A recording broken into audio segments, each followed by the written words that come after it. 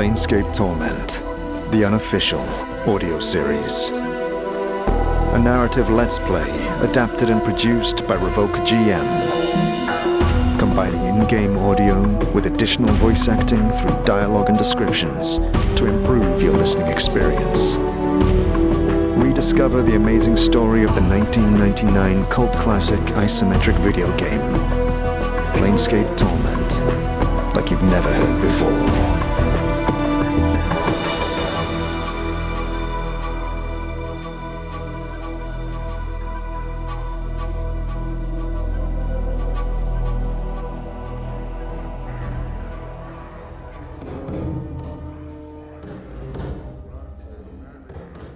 You see a hefty old man stroking a beard that matches his lion's mane of grey hair. His broad shoulders are padded with red leather guards, and a battered helmet rests on his lap.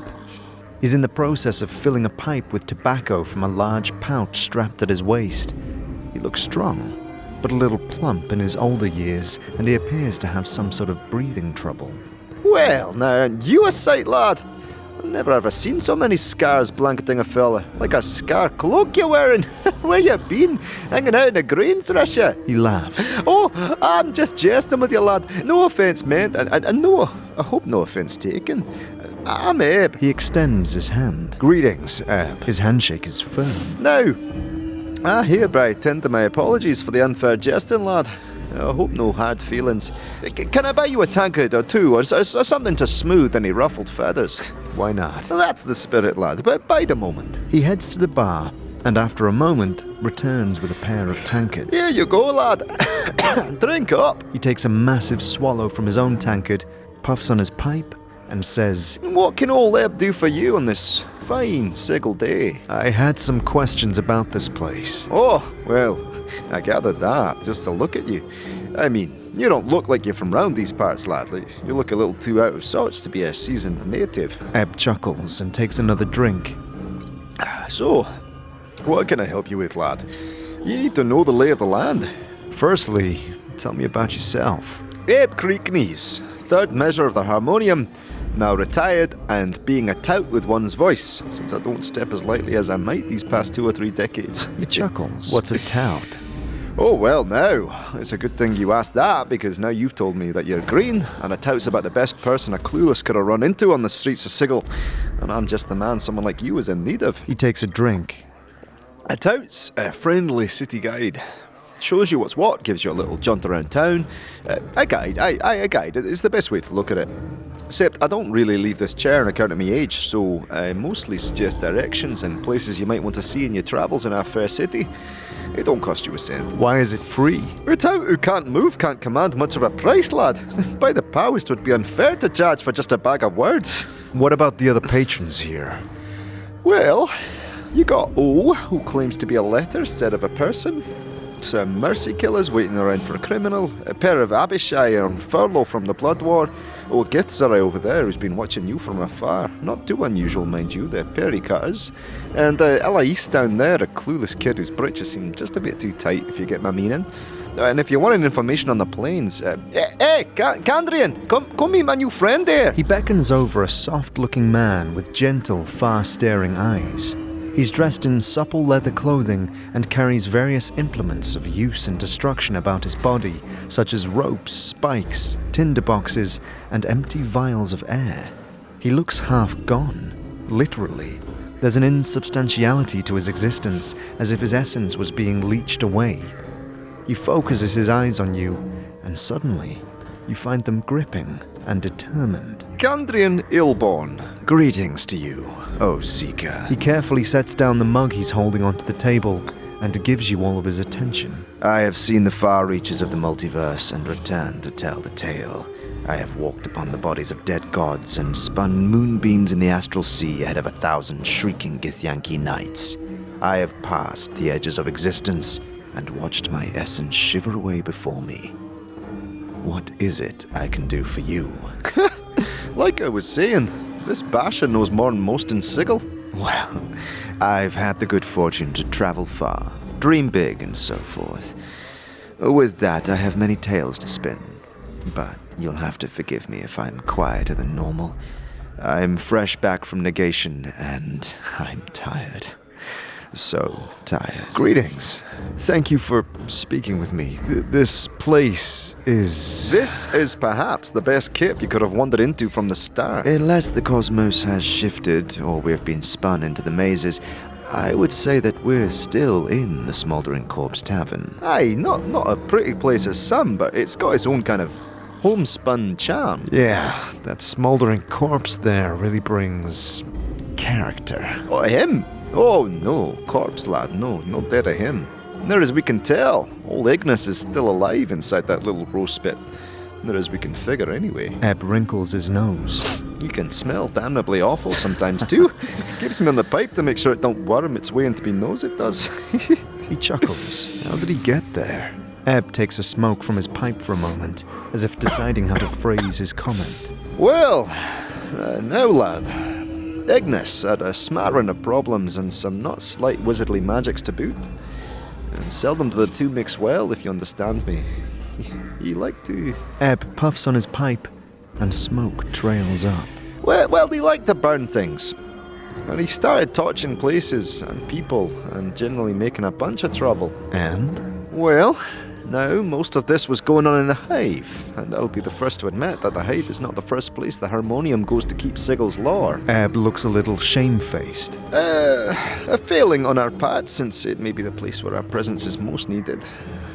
So, by the lady's reckoning, there was a little street-side justice in the wizardly community. A bunch of tea leaf readers, hedge wizards, and midwife witches got together and managed to weave a spell that was kind of poetic justice. He gestures with his pipe at the figure. So, now he sits there and burns.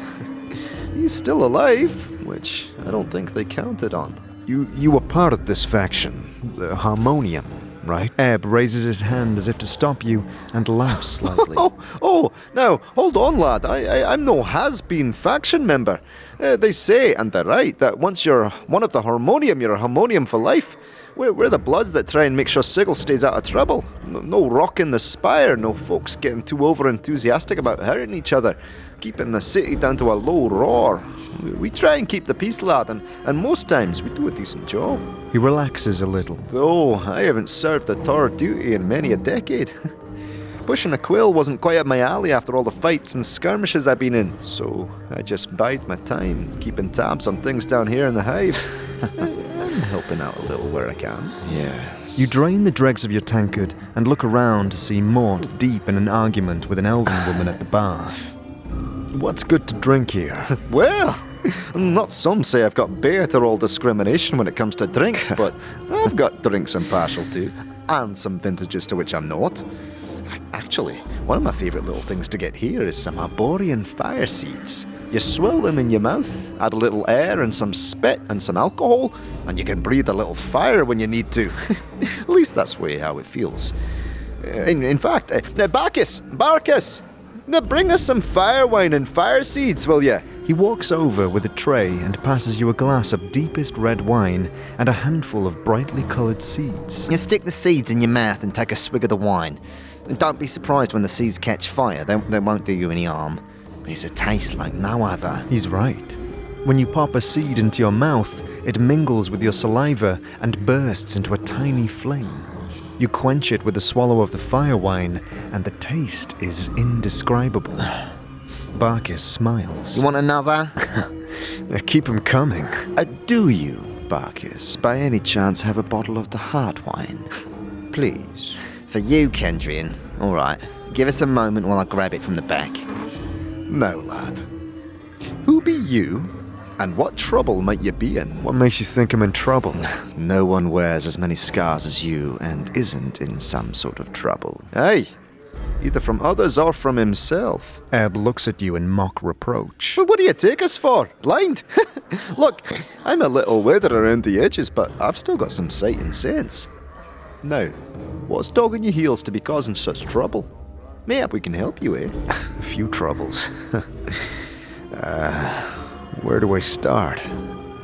I woke up in the mortuary and seem to have forgotten who I am. Fascinating. Ebb blinks, then frowns. What was that you said, lad? That you woke up in the mortuary? Ebb studies you closely. Oh, now, did they mistake you for a dead end, roll them scars, mayhap?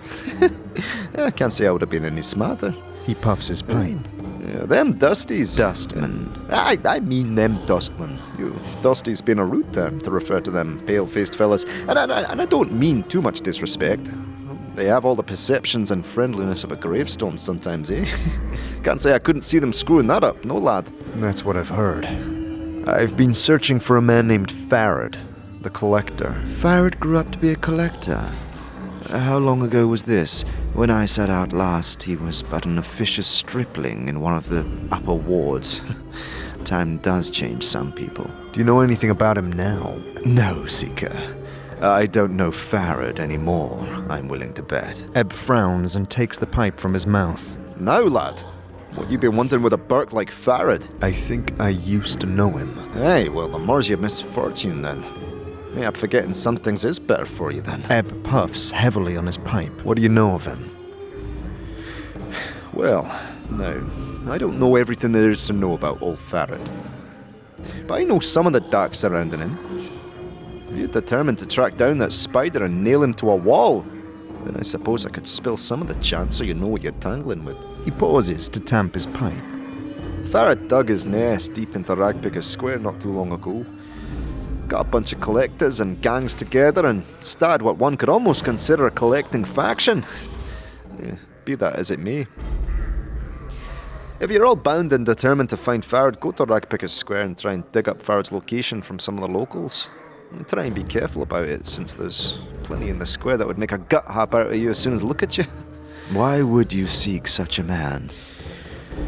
I think he stole some of my belongings. Oh, no doubt, lad, no doubt. Ebb grumbles, chewing on his pipe. You have to chain everything up around that grasping little spider. He should have been one of the fated the way things slip into his parlour. Don't give him a yard or he'll take the league, eh? What is it you think he has stolen? Well, I am missing a journal. At this point, Barkis returns with a large dark bottle and 4 elegant glasses, which he places ceremoniously on the scarred metal table before pouring a smooth, inky liquid into each one. There you go. Kirst's famous heart wine. You each take a glass. The bouquet is breathtaking, and the wine itself is full-bodied and fruity. The aftertaste leaves nothing to be desired. Made from real razor vine, that is. Wish I knew the secret. With the amount choking me vents, I'd be bashing with the takers.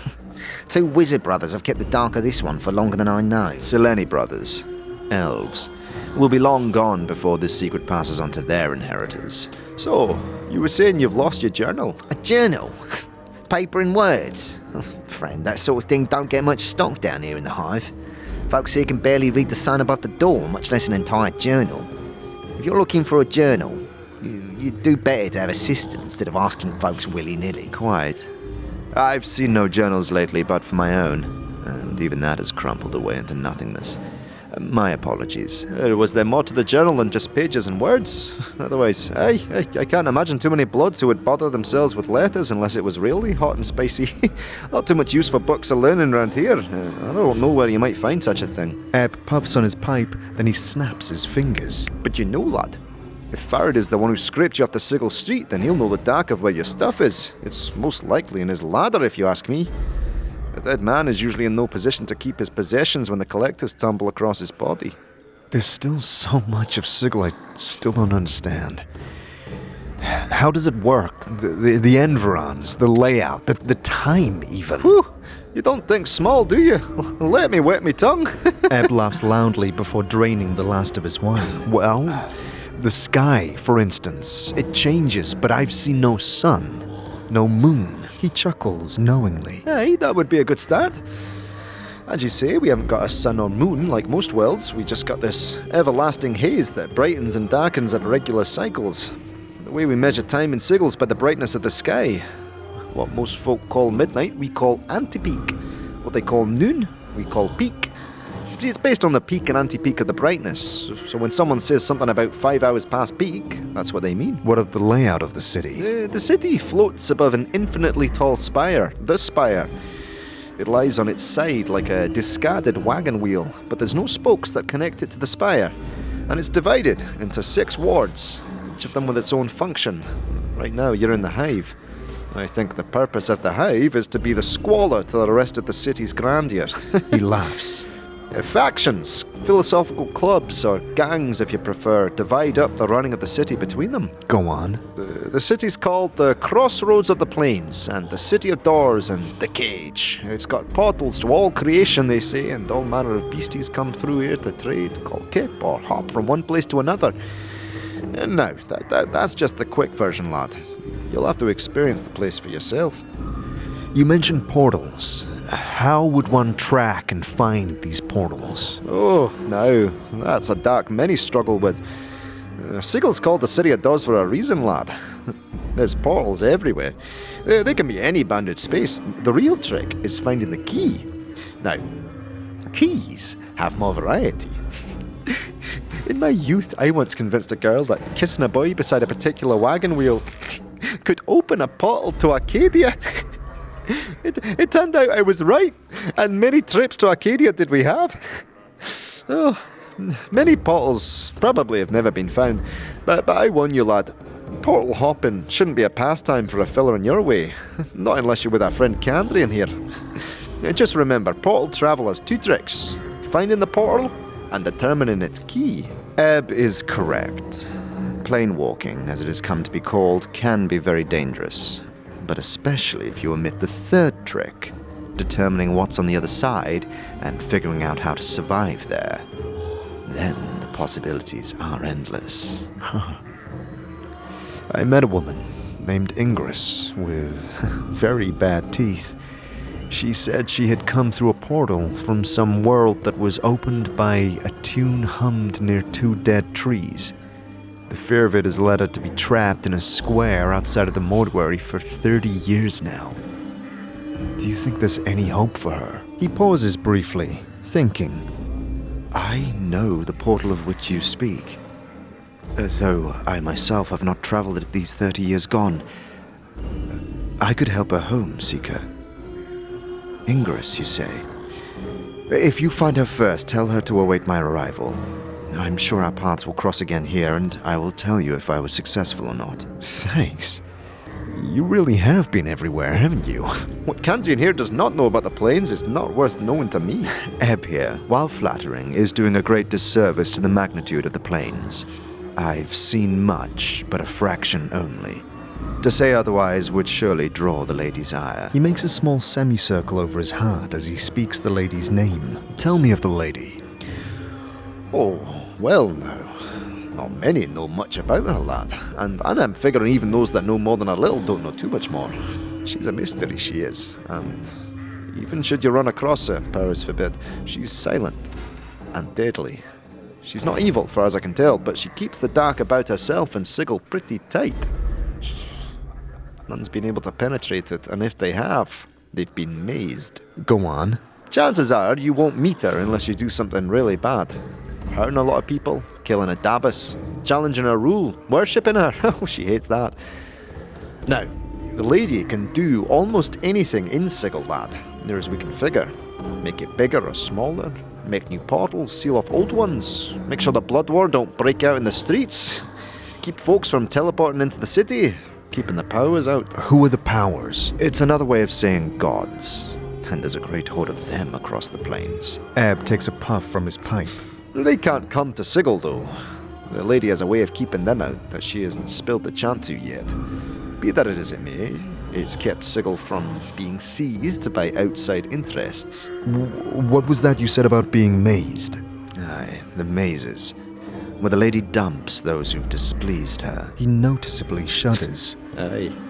Sometimes bloods will be packed off to a place where they can't do no harm. The lady, see, she'll take a bit of Sigil and make a little dimensional pocket out of it, a maze. She places those that have crossed her in there and lets them rot. Ebb puffs his pipe. Now, you can't escape getting mazed once the lady sets her gaze on you, lad. She'll get you eventually, no matter how hard you try and dodge her. You'll be walking down an alley or about to step through a portal or take a left turn down a street you've gone many fold times before, and suddenly you're someplace you don't recognize. But mazes aren't escape-proof. There's always a way out of each one. A portal the lady places there. You just have to figure out where it is and how to use it. I fear we've mazed our friend here with all this information. No, please. This is fascinating. The more I hear of this place, the more I feel I can recall of my lost memories. Hey, but Gandrian has a point. I have a habit of letting my mouth run away with me. If I talk too long, we'll be here till you're as old as I am. How old are you? Oh, old enough to know better, lad, and too old to walk much. He puffs on his pipe. Let's just say my best years are behind me, and there's only a few irons that keep this heart beating. What irons? Well, lad, not to bring down the conversation, but I'm hoping that one day a holy fellow will be making his way to the old Smoldering Corpse Bar, and hopefully they'll shrive me of some of my private sins so I can go on and step off this plane for good. Ebb here likes us to believe his checkered past would shame a succubus, but we all know the good he does. He'll find himself a petitioner of the seven heavens, and no splash from a priest's bottle will change that fate. Speaking of splashes, how's about another drink? Please, let me. Barkus owes me a few rounds anyway. Ask for the water, and when you're back, if you still have room up there, I'll tell you about the planes and the Great Wheel Cosmology. I'd like that very much, Candrian.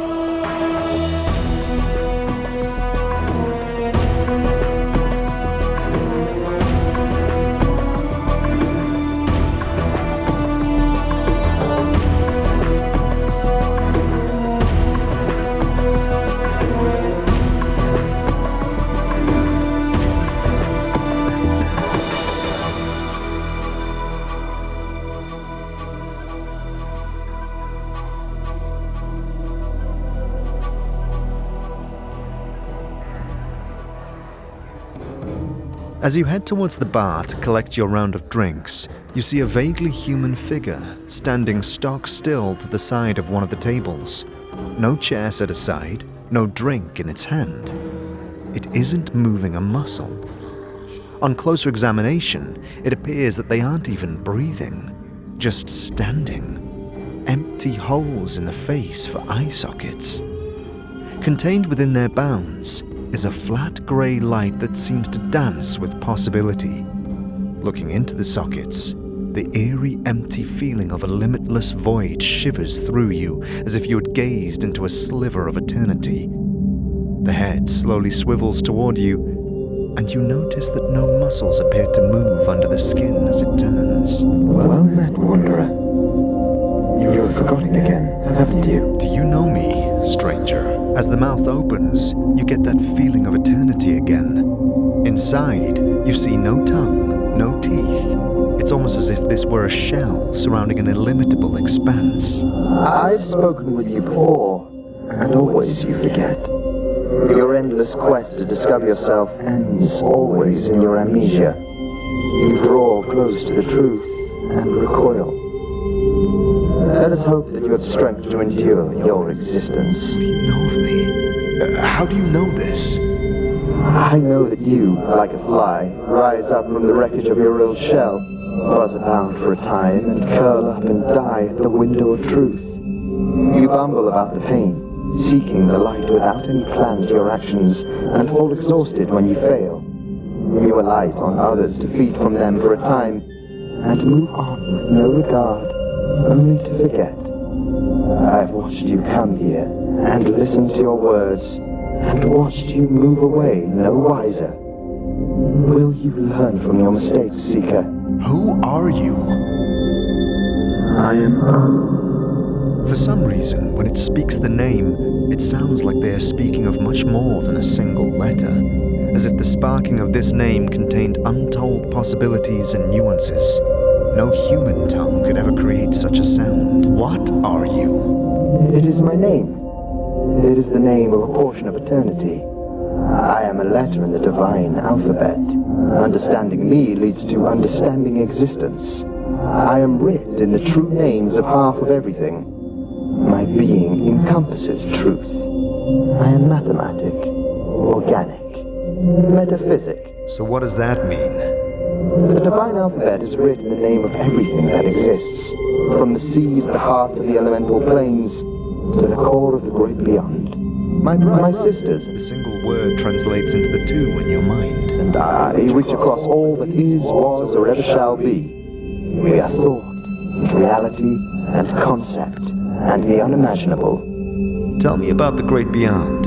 You would not understand. No mortal possibly could. It is beyond the powers of comprehension of all but the most powerful of powers, and once they understand, they move beyond the veil of mortal comprehension. I can explain it no more than that. Perhaps sometime you will understand. So, what are you doing here? Why, I am watching the ebb and flow of mortality. And what do you see? The patrons of this place are varied, yet all mortal. Like all mortals, their concerns are limited, with the potential of blossoming into actual truth. I can tell you this, though. You may find a companion dear to your heart here, at least as dear as your heart will allow. I think I should be You insulted. mortals are like wasps. You build your nests from the slimmest of branches, and when the wind shakes your home free, you seek to sting the wind to death. Instead of realizing your foolish mistakes, attempting to repair the damage you have caused yourselves, and learning from your experience, you bring harm to any who have the misfortune to blunder near you in your time of pain and distress. My advice to you, and to all mortals, stop acting like an insect and start acting sentient. I'll think about that. In the meantime, I know where you can find it. you were about to ask about your journal, but before you've even formed the question in your mind, this being knows your intent. But it is not my place to reveal such information.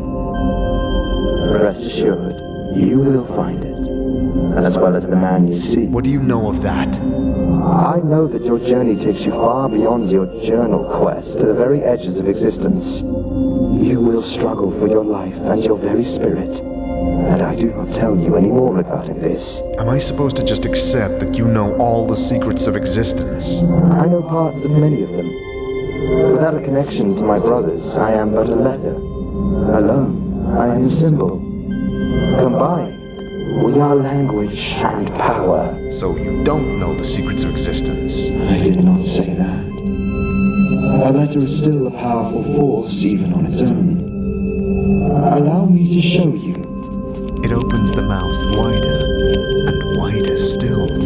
The mask of its face tears around the eyes, mouth, and nose, revealing that hint of eternity you glimpsed earlier. You were lost in it, adrift in it, a part of it. You return to your mundane senses and realize that O has vanished. Yet somehow, your horizons have expanded. Enlightenment has brushed you, however briefly, across the brow. Basking in the moment, you walk, dazed, to the bar and reconvene with Mort, who is chatting to a short, rotund man with a perplexed expression on his face. From the lines on his loose skin, it looks like it's not too uncommon. Come on. Hey, what's it in you, Chief? That was indescribable. Hello, traveler. My name is Ilquix. He carries a flagon of ale that looks like it is in the process of being emptied, rapidly and repeatedly. In between swallows, he speaks in a gentle voice, so quiet that you can hardly hear his words. Greetings, Ilquix. I've been warned about you. You appear to have a reputation. I am but a humble man with a slight flowery, poetical bent, and a tendency toward the supernatural. I regret that I have none of my supplies here, or I should be most eager to teach you of the ways of power. Perhaps some later time. Yes, I'd like that. For now, though, what's your take on this place? This place, a fine establishment, with a fine owner. Barkis is a true gentleman, and ambitious to increase his standing to boot. These, I feel, are the most useful qualities one can possess. They drive people. The patrons of this tavern are many and varied. I have spoken with most and find them delightful, with the exception of those creatures of law. He gestures towards the pair of Abishai fiends sitting in the corner. They taint the air with their presence, lending an unwholesome stench to an otherwise pleasant environment. Then we have that O character. I'm still trying to understand him fully. It is quite an undertaking, if I say so myself. You're telling me. Those are the folk of interest here. The others, well, perhaps I am too discriminating. Why do you despise creatures of law? A fine question, my friend. My upbringing has been on the chaotic side of the Great Ring. You may speak to Kandrian Illborn, a misnomer if I ever heard one of the planes. He fancies himself a great planewalker. To return from my digression, I have lived my many years with chaos, and find it pleasantly agreeable. To me, the taint of law, as in those creatures there, is reprehensible and tyrannical. I think that if I am to be crushed underfoot, I'd rather it be by an individual than a machine that knows nothing of emotion. I disagree. It is laws that govern the workings of existence. We find our way within them, and through our behavior, we affect change. The individual you speak of would care nothing of your life, or how you chose to exist in it. Ilquick smiles toothily, his fat cheeks barely moving. To each his own, I say. Did you have more questions? No. Farewell, Ilquicks. Behind you, standing at the bar, is a huge armored behemoth, far larger than any human. The visor of its helm hides all but the eyes, preventing you from determining their origin. You presume some kind of half-giant. It seems they have no interest in speaking with you. Hello! It stares at you as if you were an insect, before turning its head and dismissing you without a word. Hey, talk to me, you lumbering tin heap. You hear a subterranean rumble beginning deep in their chest as they lightly stroke their weapon and stare at you with renewed interest. Suddenly, a gauntleted hand clamps on your shoulder and spins you round. You see a lad who scarcely looks a day over 18. He's inspecting your face carefully and hisses in frustration. Hey, get your hand off me. Apologies, Cutter. This is my first time. What are you talking about? I'm trying to catch my first criminal. Hey, everything all right? Sat at a table in the corner of the bar, you see a thick-limbed woman in the same spiked armor, each adorned with the emblem of a winged serpent. She eyes you coolly and slowly, up and down, evaluating you, the creases on her weather-beaten face tightening. She pauses for a time on your face, almost as if it jogs her memory somehow. She sighs, then relaxes, and says, Caleb, relax. It's not who we're looking for. Apologies, Cutter. No problem, I guess. Can we help you with something, friend? Who are your friends here? And why did this one grab me? They're Caleb and Ilsadon. Caleb's the new meat, the new recruit. Ilsadon's the muscle. I'm the brains. Yeah, sorry, Cutter. They're here to make sure I don't foul up this assignment. He's waiting for a criminal. This'll be Eager Caleb's first arrest if the perk we're waiting for ever shows up. What? Some kind of police force? Is that what your armor is? A uniform? It's a uniform of a kind. Well, I have to get used to saying that now. I believe that justice is the most important thing in existence. We're the Red Death. Mercy killers. We're the justice folks. Someone commits a crime, we bring them to justice. We right wrongs too. You want to know more? Go talk to one of the recruiters. Fair enough. Say, maybe you can help me with something. What do you need? What do you have on Farad? I'm looking for him. You're looking for him, eh? From the tone of your voice, I'm betting it won't be for a quick drink down in the local tavern either. See, I know Farad of old. He's a slippery one, he is. And there'll be a time before we can pin something on him. Problem is, only a fanatic like Valor scragged the guy without even a shred of proof. That's all a long way of saying I don't know where the sod is, but you ought to know he's a suspect. And it won't do you any good to be seen with him. Thanks for the advice. Before, did you recognize me? I thought I did. But those pictures are centuries out of date and the suspect be dead by now. Of course, these are the planes and strangest things have happened. Still, if you're the fella I'm thinking of, it looks like you've served your sentence by means of pain. What can you tell me about this person?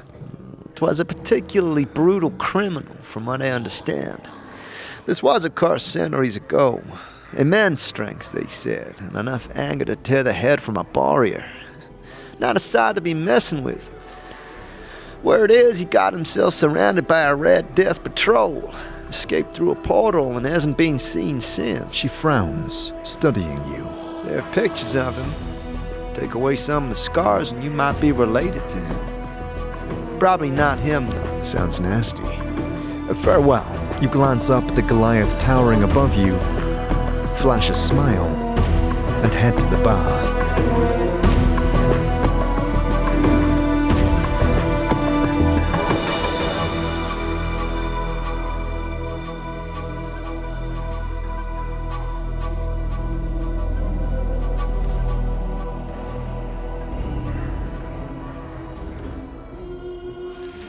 What can I get you then? Kandrian said to ask for the water. Of course he did. He moves back to a keg on the wall and turns the spigot. The clearest water you have ever seen pours from the nozzle into the glass he holds underneath it. He sets it down in front of you, and you take a deep draught. It is the purest thing you have ever tasted. A coldness inherent to the water itself, a feeling of air that passes over your tongue and into your stomach, where its coolness calms even the raging of your passions for a moment. That was great. From the heart of the elemental plane of water.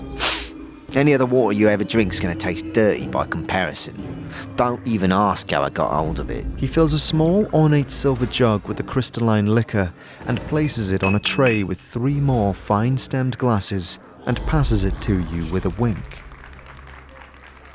You return to your conversation with Ebb and Kandrian, offering them each the water.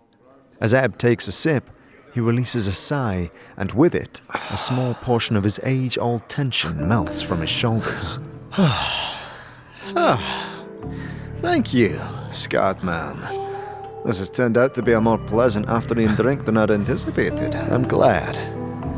So, Kandrian, tell me more of the planes. I shall tell as best I can. Would you hear of the outer planes, the prime material, or the inner planes? What's the difference? The difference is true essence, Seeker. The inner planes are matter, substance, true physicality. They are the building blocks of the multiverse, for it is from them that all belief in the elements springs. The inner planes filter through the ethereal plane, the plane of potential, some say, which forms the elements into the worlds of mortals. Once past the ethereal plane, one reaches the prime material, where exist all manner of mortals and monsters and myths and machines. It is there that belief is born, and there that the spirits that create the outer planes are born. When mortals die, they pass through the astral plane, a no place that is thought and mental energy itself. It is in all things and in none. It is paradox, among other things, and it filters spirits into the Great Ring. Do you comprehend so far? I'm not sure. As I understand it, the inner planes are substance. They create matter. They lead to the prime material plane, which is life and death and the birth of thought. The prime leads to the outer planes, which are belief made solid, where thoughts are given form. Your friend here puts it well. Remember this, though. The place you stand is not true matter, but is created by the force of beliefs all across the prime and outer planes. It can be changed by belief and is subject to alteration. It is mutable and changeable with the power of mind alone. Very well. Tell me of the outer planes. Now, the outer planes. Where should I start? Do you know the cardinal rules of the planes on which all others are based? Do you know about the composition of the outer planes? Do you know of the Great Ring and its divisions in our hearts? Do you know of the individual planes? Each of these leads to the next, and so it is best to start from the beginning. Tell me of the composition of the planes. The outer planes are created of and by belief, and thought, and faith. They take their imagined form from the prime material plane, shaped into forms that stagger the imagination, built by the accumulation of belief. Belief creates the planes. Belief is power here. Change belief, and you can change the nature of reality. The creatures that are born here, the plane-born, like the Fiends and Celestials, are truly born of the thoughts and concepts of mortals. They each express some sort of ideal. The more powerful the ideal, the more powerful the being. Thus, the being that symbolizes love is one of the strongest of all. Go on. That's why the powers, gods some call them, live out here. This is where all the faith in them comes. This is where they are at their most pure and most strong. Their realms are extensions of their very beings, manifestations of their godly essence, all of it informed by belief. So the composition of the planes is belief. What of the Great Ring? Among the loose unity of planewalkers, we conceive of the infinite outer planes as a ring surrounding the plane of ultimate neutrality, the Outlands. The spire atop which Sigil sits is in the center of the Outlands. The further one travels away from the spire, the less neutral the plane grows, until it spills into the neighboring planes. Each of these planes impinges on the Outlands, spinning themselves into law and chaos, good and evil. The Great Road marks the demarcation between the Outlands and the gate towns that spring up around the gates to these planes. Beyond the gate towns lie the hinterlands, uncharted territory that is lost to history, that loses thought. Danger lies in the hinterlands. Go on. The outer planes differ by morality, not substance. For you, we'll divide the planes into 3 sets: the upper planes of good, the lower planes of evil, and the boundary planes of neutrality. These are then divided further by law and chaos, with the Outlands in the middle. Which of these interest you? The Outlands. The Outlands are absolute neutrality. Probably the best place for a body to visit in the outer planes outside of Sigil if you don't want to have a plane's morality forced into your heart. Everything balances out in the Outlands as it should be for a plane that sits at the center of the outer planes. Power's realms are scattered about here, and there are handfuls of gate towns that open into the rest of the outer planes. The gate towns usually mirror the philosophy of the plane their gate opens onto, and if the balance of belief isn't kept in the town slips into the nearby plane. It's a bad situation for everyone, because few of the folks in the towns really want that change. But enough of the Outlands. What more would you know? Tell me of the upper planes. Of the upper planes, there are the neutral planes, the lawful planes, and the chaotic planes. The neutral upper planes contain the Beastlands, a place of neutrality and goodness with a slight tinge of chaos, where the animals rule in the eternal noon and night. They hold Bitopia on the other side, twin paradise of industry and labor, where all work toward the good of all. And Elysium. The sweetest plane of goodness and calm I have ever come across. Alas, right now I am not well enough to enjoy any of their restorative effects. What would you hear of now? The lawful planes. Kandrian gives a small shudder. I am not the best person to speak of the planes of law, for the innate structure and ultimate patterns they impose frighten me. I steer clear of them because I value my individuality more than I value the knowledge they'll bring me. They include the regimented Arcadia, nearest of the good planes to the unbending Order of Mechanus, and Mount Celestia, home of the Archons, an island in the Silver Sea. All right.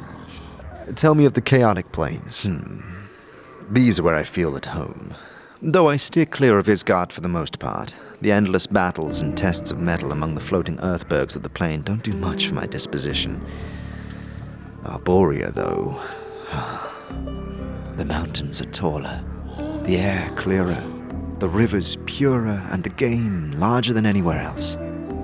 It is a true paradise, a place where passions run high and the wine never ceases to flow. When I have recovered enough of my wits and myself, I'll say, when we are done with the outer planes, you should ask me of the inner, and I will describe my journey to you. I will return to Arboria's bowers and glades, and lose myself for a time. Tell me more of the lower planes. Like the upper planes, the lower planes are divided into lawful, chaotic, and neutral. Each of them varies in terms of horrors and what those horrors do to a traveler's spirit, and all of them are best avoided. Which of them would you like to hear of? Let's start with the neutral planes. The neutral planes, eh? They're vile and barely understandable. And they're more insidious on their own than you could ever imagine. Take Gehenna, for example. 4 volcanoes in stages of dormancy floating in an infinite void, each of them somehow alive, and each of them wanting your soul by whatever means they can get it. Populated with Yugoloths, the worst of the fiends in my opinion, and you've got the place. Now, the plane of ultimate evil, at least that's what they call it, is the Grey Waste. A no place that drains color from your body and spirit, stealing away even your apathy. And it's the site of the worst battlegrounds in the war down there. Don't get me started.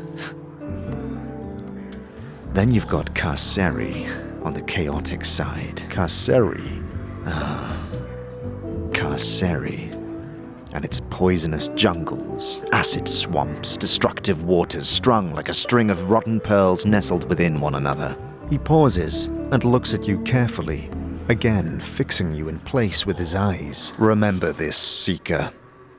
Carceri is a prison, home to the Geraleths, one of the most dangerous types of fiends there is.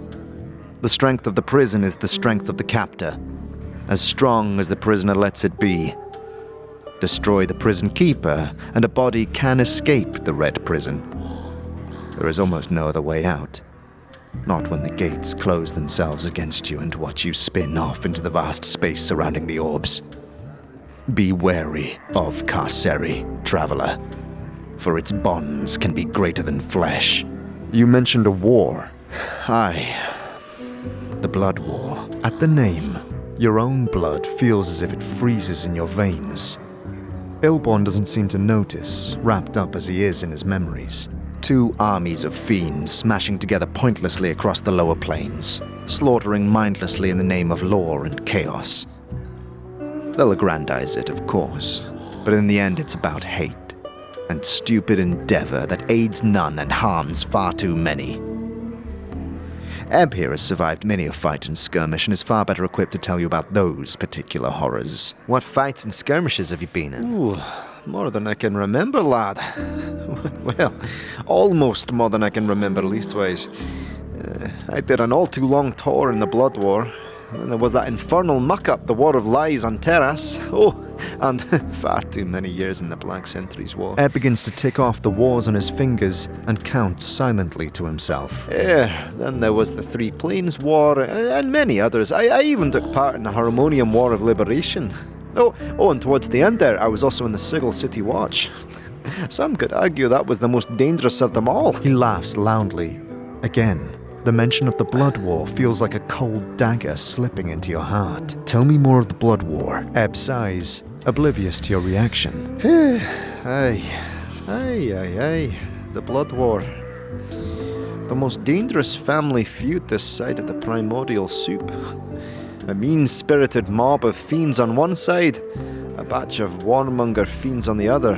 It's the war that creation sparked, and they've been digging into each other ever since. 2 sets of fiends warring against each other, eh? Aye. The Tanari, vicious killers who care for none but themselves, and the Beitsu war machine, all for law and order under their infernal rules. The whole mess spills out into the other planes from time to time, and it's made the multiverse a less pleasant place to live. So, the Tenari are beings of chaos, and the Beitsu are of law. Tell me more of the lawful lower planes. As much as I detest the order of the lawful upper planes, at least they present a modicum of goodness. Their lower planar counterparts, though. Acheron's a place of ricocheting cubes that never see an end to battle, swarming with the souls of dead humanoids. Beator. He shivers involuntarily. Beator is a place best avoided. Those Beatzu, the fiends in the corner there, are but the merest expression of the deviant corruption embodied in that soulless machine of order. If you want more, talk to them. But remember, all that is bad about bureaucracy and order originates from Beator, and it spreads like a stain across the hearts of mortals. Though there is some knowledge to be found there, it is rarely worth the spiritual rape the plane inflicts. Good to know. Now, don't let me mislead you. The Abyss, the lower plane of chaotic evil, is most certainly not someplace you should consider going. Where Beator's all orderly, the Abyss is full of chaos and change, and none of it's pleasant. When it becomes something that approximates normality, that's when you should be most wary of it. It's home to the Tanari, what most primes call demons, and they've got that name for a reason. They are unpredictable and murderous, and the few you can trust are few and far between. The few I have met who I'd trust, I still don't trust entirely. They are creatures of chaos and evil incarnate. And if they're putting on a friendly face, who's to say it's not part of a larger agenda? You feel a strange sensation in the back of your skull and look over to the bar. Ilquix, deep in another tankard, stretches another wide smile over in your direction. And don't forget the real fun one, Pandemonium. Ah, yes. Forgive, it's not one I care to remember. Probably the least inhabited of all the outer planes, and for good reason. It's arguably the least hospitable. Sure, there are hotter planes and colder ones, ones with crueler denizens and so on, but none are any lonelier or more maddening. This birdcage is like an endless cave system, filled with winds that scream their way from one side to the other. Those bleakers think it's a decent place to set up shop, but they're about the only ones. I don't say this from any experience, of course. Kandrian looks coolly at Mort. Quite. Forgive me, I'm Kandrian. Your name is Mort. Like Latin for death. You mentioned the boundary planes. There are two boundary planes to my mind, and they are diametrically opposed.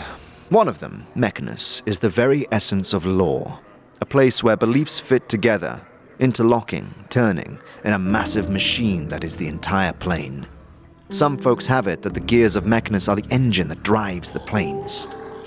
The other plane is Limbo, a swirling morass of chaos that follows no rules, none, and just when a body thinks he's classified its behavior, it goes and changes on him. Or it doesn't. You just can't tell. I was in Limbo not too long ago. Oh, please, regale us of your journey. Ebb stifles a small chuckle. However, Kandrian seems oblivious to Mort's mockery and closes his eyes, remembering. I had a Githzerai guide with me, an anarch who could shape the illogical matter of the plane into forms of his desire. We had fought off the harrying of the Sladi, the chaos creatures who call that plane home. It seemed they were more than usual, but then one can never really tell what's usual in Limbo. But I digress. In the midst of all this chaos, we came across a series of huge metal interlocking cubes, like some sort of puzzle box. It wasn't something we had shaped, consciously or not, and we couldn't find a way inside. It was like a bastion of order within the confines of disorder. A seed of law. That is the best I can explain it. He sighs, as if this reminded him of his bone-deep weariness. Now, the inner planes are matter, substance. Think of the inner planes as a globe. On the top pole, you have the positive material plane. On the bottom, you have the negative material. He pauses. Remind me to tell you of my travels there. His eyes turn inward to some private horror. From the interaction between the two springs all of the urge for existence and non-existence, death and life, actuality and nothing. From them spring the basic elemental planes like fire, water, air, and earth. the para-elemental planes that lie between the 4 basic elements, and the quasi-elemental planes that come from the interaction of the 4 elements with the positive and negative. I apologize, Kendrian. I can see this wearing on you. Don't pay any attention. The day he turns down a chance to spin his tails is the day I put down this tankard for good. Perhaps I should do you the favor. However, no, Seeker. I am tired, but it pleases me to talk of these things. Very well. So, the negative plane, what happened? I am fresh back from negation, and am now trying to restore my essence before it slips away from me altogether. Negation? What do you mean? His eyes cloud over. I went to the inner planes to discover my true essence. I made the mistake of visiting the negative material plane in order to understand my body's urge to decay and the cycle of death in life. I thought myself protected against the ill effects of the plane with my magic, but I was wrong. The blackness of infinite nothing pressed on my soul, and I was beset by shadows that sought to snuff out my very soul.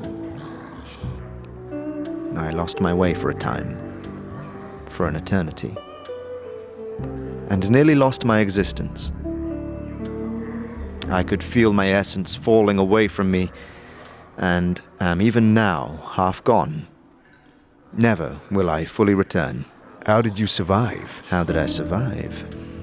He smiles tightly. With a piece of nothing that held back the nothing. Nothing can stop nothing, you know. And so I carried nothing in my hand to protect me. Do you plan to journey to the ultimate negation yourself? You have the smell of desperation about you, and so I make you this gift. Hold it in your hand when the shadows press in, and it should protect you and your friends somewhat, should they remain close to you. He passes you a small black token that looks as if it has no dimensionality to it at all. Hey, don't be forgetting about the prime material. You want to know of the prime visited? The boundless worlds of that plane have an infinite variety, as do the planes, but I cannot encapsulate them as I have here. Suffice it to say, they are the birth of the outer planes, the children of the inner, and they hold limitless potential within their boundaries. With that, I think I should take my leave. Thank you, both. That was, well, a lot. I enjoyed it. Farewell. Farewell, laddie. We'll see you around for sure. I haven't forgotten your friend. Ingress, was it? Check back here in a day or so. I'm certain I can help her. Right. Thank you. Again. Goodbye.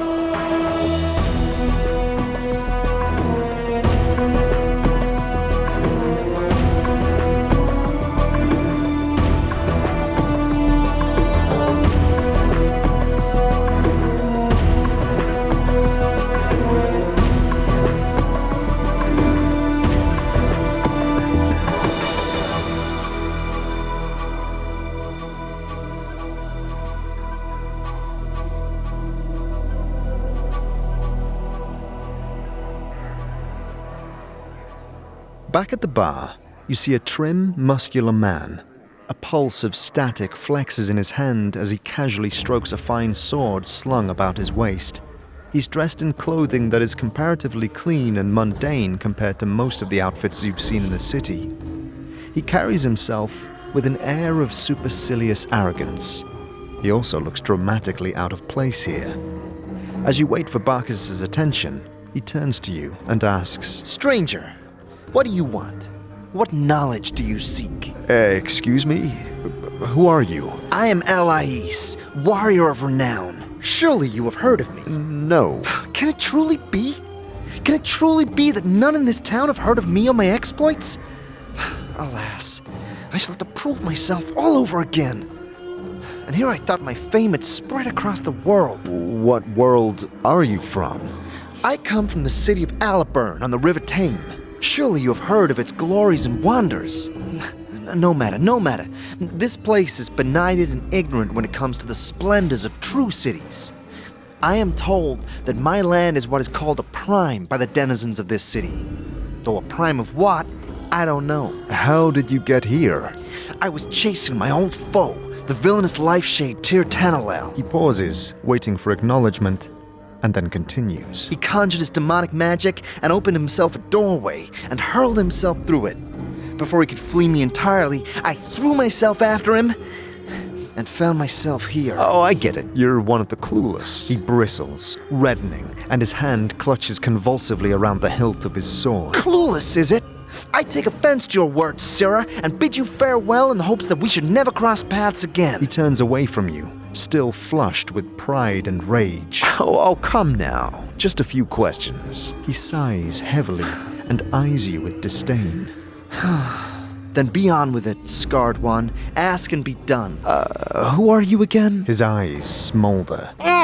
You have insulted me enough, friend. I will have no further discourse with you. He turns away entirely, flushing with stung pride, and no amount of cajoling on your part can induce him to turn back to you. And what'll it be this time? Anything more you can tell me of the fiends in the corner there? Not really. I don't like to deal with them. I feel like they're staring right in my soul. However, He reaches under the bar and heaves out a heavy, ironclad bottle, stoppered with what looks to be a large scorpion stinger. they're about the only bashers who can handle this. Beatorian whiskey. Cost me more than I care to confess to order it in, so I'm just pleased to see it off. You want to try a nip? He wiggles his eyebrows, and a mischievous grin illuminates his face. Why not? He places a shot of some steaming substance that looks like boiling urine in front of you. The fumes that waft your way, however, are exquisitely tempting. The taste, though nearly unbearably hot, is as smoky as the scent. The feel of the liquor burning its way to your gut is almost painful, yet even this pain is sweet. The barkeep's eyes widen. Still standing. Most folks can't even make it halfway through the first shot. I feel fine. I don't even feel anything. The barkeep considers you carefully, resting his chin on his hand. You know, Carter, there's some as have a natural immunity to poisons and such. Some folks call Baba poison. And if that's the case, chances are good you got yourself a handy little defense against poisoners. Well, what do you know? I'm gonna go have a chat with them. Yeah, just be careful what you agree to. Thanks. The two scaled fiends are both almost identical in appearance. In addition to the pierced left ears, both are black-hued and reptilian, with bat-like wings tucked behind their shoulders.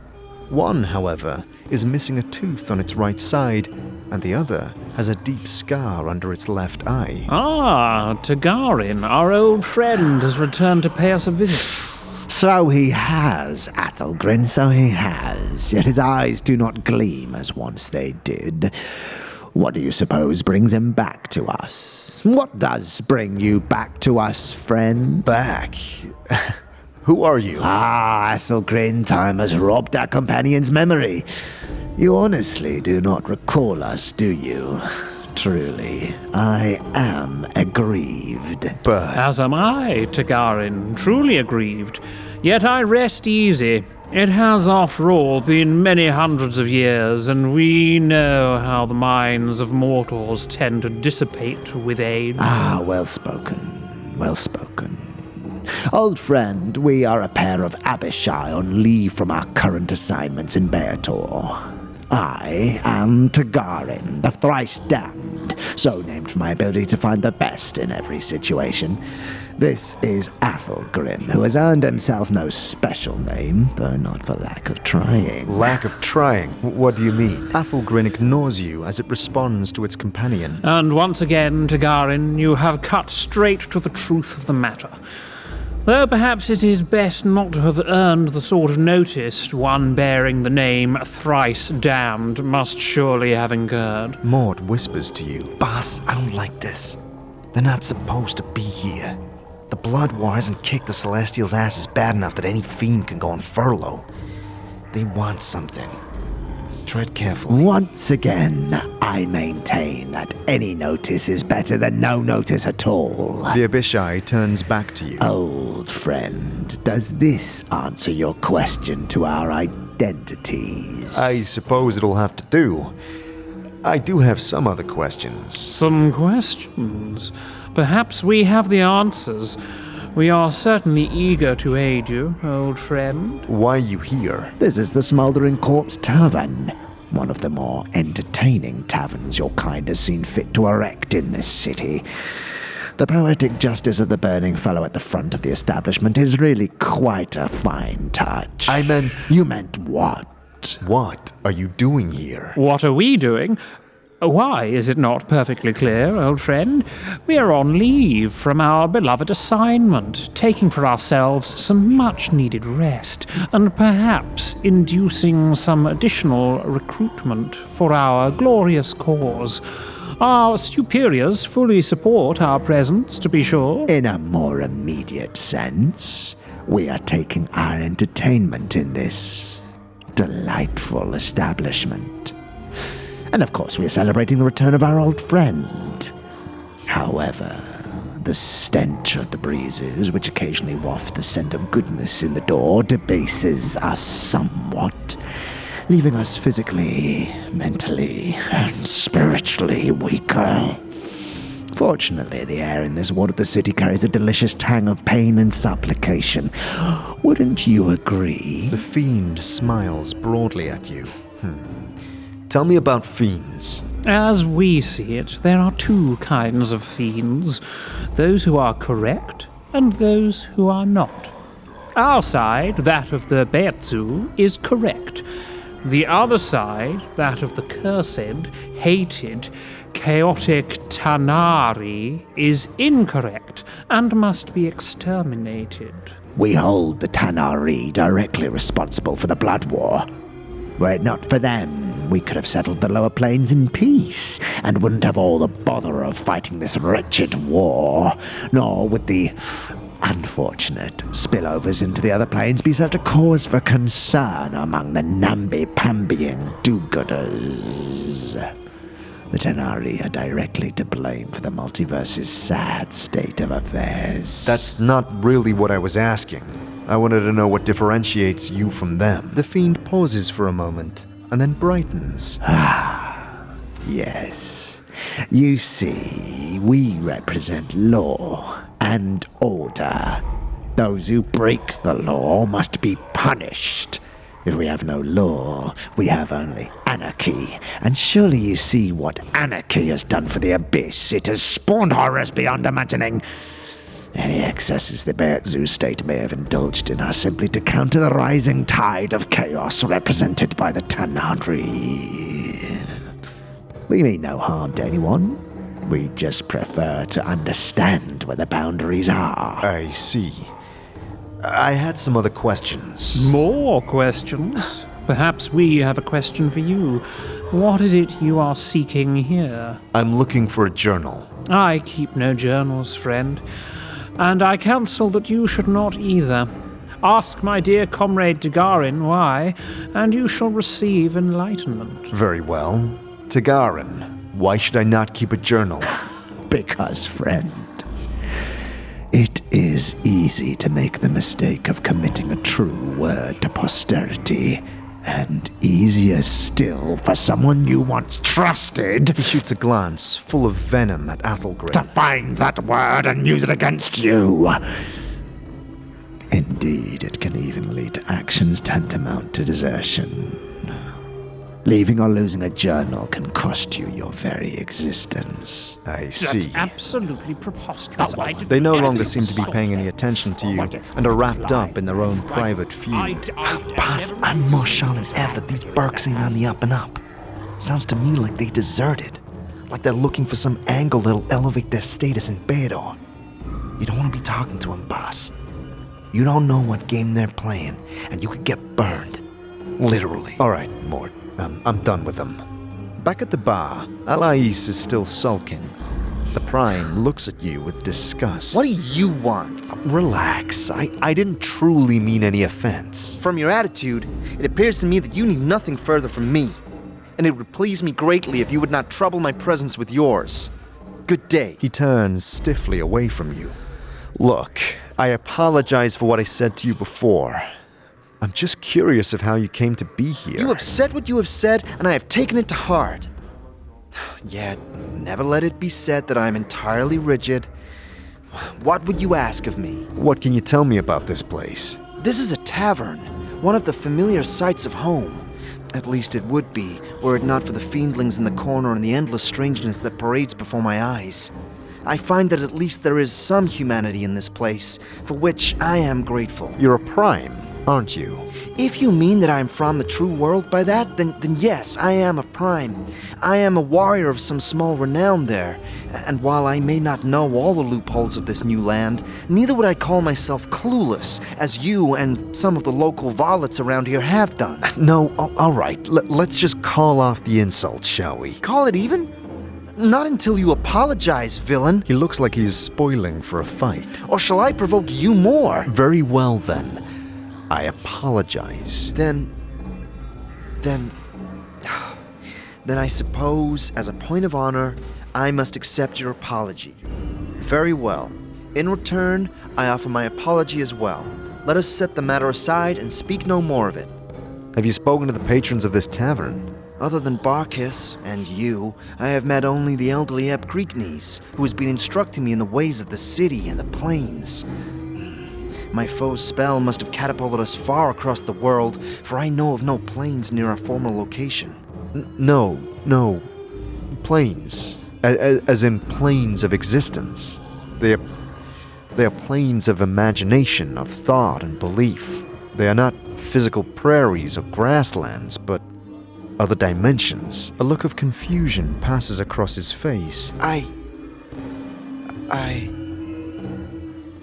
understand. What the old man said is starting to make sense. Excuse me. I must think this over. Farewell. Farewell. I wondered when it would hit him. One more keyless to be claimed by our sigil. Poor sod. Barkis leans in close and whispers to you. I just thought I'd let you know. That Gith over there has barely taken his eyes off you since you walked in. Peri-blights are common, but this one is different. He looks more like he can't help but look, despite himself. What did you say his name was again? Dak'kon.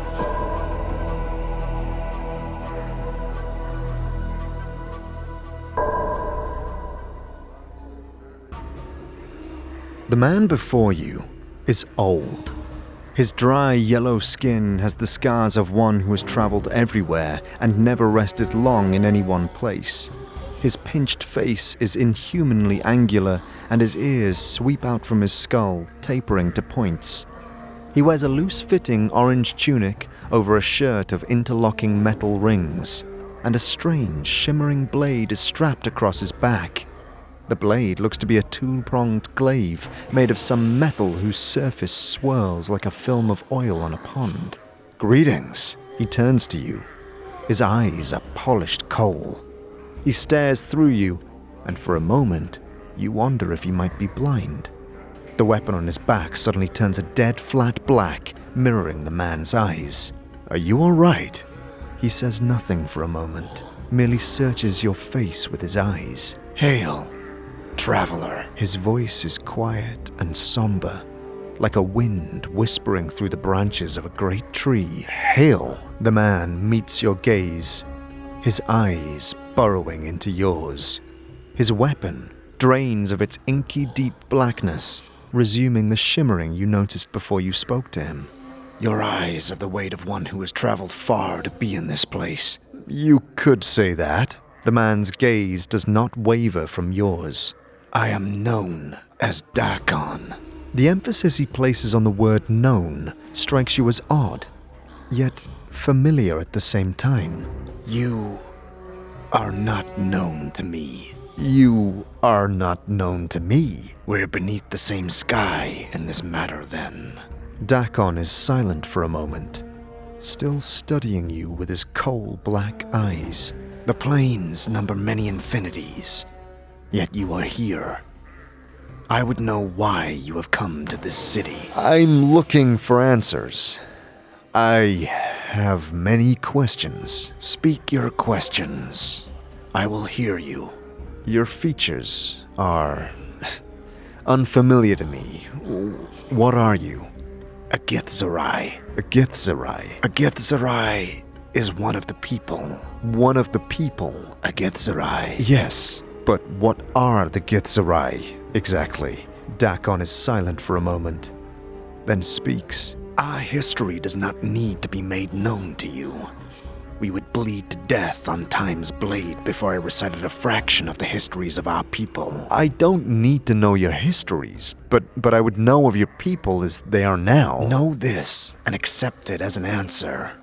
We are the people who make our home upon the shifting plane of limbo. With a deft motion, Dak'kon slips the blade from his back and holds it before him. There, we mold the matter of limbo with our minds. We forge cities with our thoughts. As you watch, a series of rippling waves of metal begin to roll forth from the center of the blade. The pitch and crest of the waves match the inflections in Dak'kon's voice. In its chaos we dwell, with only our knowing to preserve us. We are the Githzerai. What is that blade you have? It moves and shifts in response to your voice. It is a Karak blade. It is an object that lets others know the rank of the wielder. What rank does the blade signify? The blade is a symbol carried by the Zerth. A Zerth is one who knows the words of Zerthamon. In knowing the words of Zerthamon, they know themselves. Zerthamon? Zerthamon founded our race. He knew the Githzerai before they knew themselves. He defined the people. He gave them one mind. Karak? What does that mean?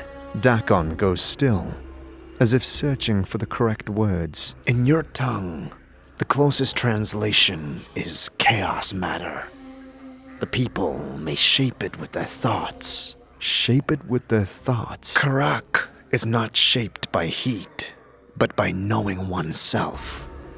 It is a mirror that reflects the will of the wielder on its surface and in its edge. When one knows themselves, the blade is strong, harder and stronger than steel. When one does not know themselves, the blade is as water, formless and weak. That must be worth a fortune. Would you ever consider selling it? It would become as nothing in the hands of another. The blade knows my mind, and I know its heart. We die the same death. You seem to place a special emphasis on knowing. What do you mean? All things, whether structure or flesh, their existence is defined by their knowing of themselves. And if a man does not know himself... When a mind does not know itself, it is flawed. When a mind is flawed, the one is flawed. When one is flawed, that which they touch is flawed. Dak'kon pauses. It is said that what a flawed one sees, their hands make broken. Do you know yourself? Dak'kon falls silent. His coal-black eyes take on the same distance that you noticed when you first spoke. I ask again. Do you know yourself? When Dak'kon speaks again, his voice has changed. His words echo, like a great stone dropped into a chasm. It looks like he is forcing the words from his chest. It is not my will that you know this. Never mind. What's your perspective on this city? It is known by the name Sigil. Among the people, it is known as the city that does not know itself. What does that mean? The city exists, but it does not know itself. In not knowing itself, its existence is flawed. But why did you say the city does not know itself? The city exists in opposition to itself. It has set itself apart from the planes, yet it seeks to be everywhere at once. Its walls are doors, yet it keeps these doors locked. Such an existence tells of a thing that does not know itself. In not knowing itself, it is flawed. You speak as if the city is alive.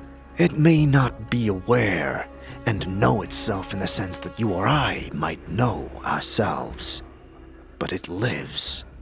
It grows, changes, and touches the minds of all that live here. When you say the city is everywhere at once, what do you mean? The city itself is built from doors. These doors lead everywhere. They are everywhere. It is said that every bounded space within this city is a door that leads elsewhere. Imagine the door to this Smoldering Corpse Bar. Remove the door, the frame remains. The space within the frame is still a door. But I walked through that door to get in here. It's just an open space. Many are the doors you never see. You may pass through them as if air and not know them for what they are. They are closed to your sight and touch. And these invisible doors are everywhere in Sigil. It is not known for certain. Doors move. Doors change. Doors disappear. All are locked. Locked? The doors remain as air until you have the key that opens them. When you have the key, the doors will make themselves known to you. How do you know what the key is? There are as many keys as there are doors. The keys are not always things of metal.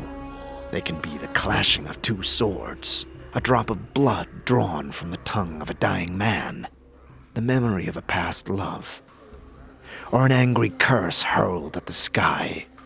When the key and door match, the door reveals itself. Sounds like finding all these keys and doors would be difficult. Such a task has been attempted, but never finished. As the city changes, the doors change. Nothing known remains known for long. You talk as if this is an inherent flaw. What if the city is not flawed, and you just do not know the reasons for its contradictions? There is order in everything. Perhaps there is an underlying pattern that you cannot perceive. To your question, a question. What if the city is flawed, and you see its contradictions all around you?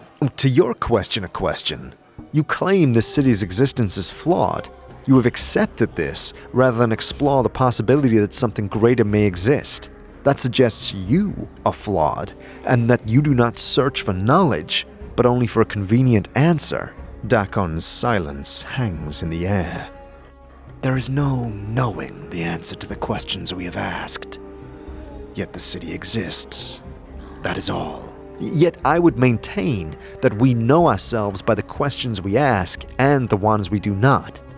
If we cease asking questions and accept only what we can perceive, then we will cease to know ourselves. Dak'kon's voice has changed slightly, become heavier. Such words have been spoken before. I have heard them. And know them. Where have you heard them? The words are mine. Once I knew them and knew their meaning.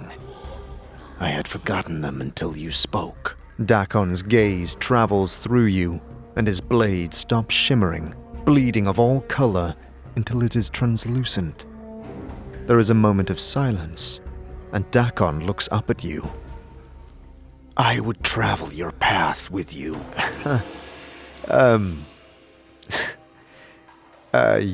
You were old. Of what use could you be to me? Dak'kon's gaze changes. It looks as if he is looking past you, just as he did when you first spoke to him. I am old, yet I have traveled far. The arts of war unknown to me. The tides of this city are known to me. Nevertheless, where you stab in the dark, my blade strikes true. Doors locked to your hand are corridors to mine. In knowing these things through me, you will become strong. I would walk your path with you.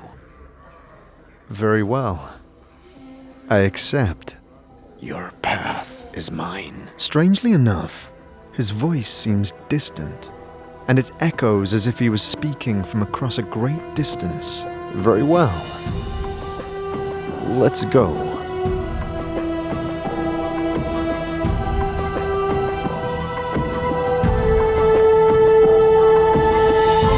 Thank you for listening to Planescape Torment, the unofficial audio series, a RevocerGM production. To support the show and those involved, please consider subscribing to our Patreon or donating via our Ko-fi page.